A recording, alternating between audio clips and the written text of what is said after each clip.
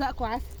احنا اشترينا بصل بقى من الارض، يعني انا رحت في وسط الناس عندهم بصل في الارض، فقلت اشتري بقى من الارض نفسها عشان بحب انضفه هناك يعني. ف وزناه وقعدنا بقى تربطه بقى، اخلي الصغير لوحده الكبير لوحده عشان هيدهول الدنيا بالشارع. طبعا انتوا عارفين بقى البصل بيبقى عامل ازاي. عايزه اقول لكم ان الهوا يعني جميل والهوا حلو والارض حلوه وانا عطشت قوي عطشان اصل ما فيهاش فين.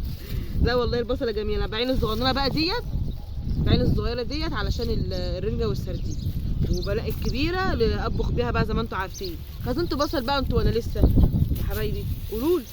انا خزنته بقى وعمال اوزن واحط ورايا، اوزن واحط ورايا. وشوف بقى هنشيله ازاي، هنحمله احنا ازاي؟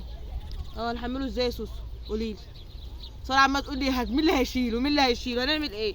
هنشوف توك توك نشوف توك توك اي حاجه. اي حاجه. طيب هنشوف كتكت نحطه ايه في الكتكت وايه وفي الشكاره ونوديه على البيت، وهنرجع بقى نطلع نعلقه واحده واحده بقى.